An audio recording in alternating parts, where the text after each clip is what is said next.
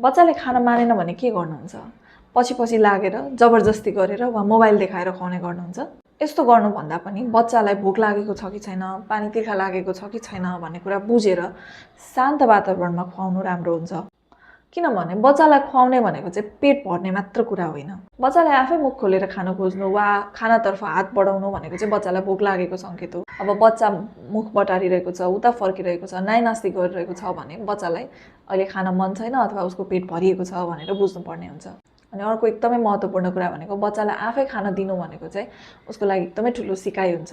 सुरुमा अलिअलि मेस्सी हुन्छ, फोहोर हुन्छ, त्यहीबाट नै उसले खानेकुराको स्वाद राम्रोसँग लिन जान्दछ र खान पनि सिक्छ। यसरी बच्चालाई भोक लागेको छ कि छैन भन्ने बुझेर धैर्य राखेर प्रोत्साहन गर्दै खुवाउने तरिकालाई चाहिँ रेस्पोन्सिभ फिडिङ भनिन्छ।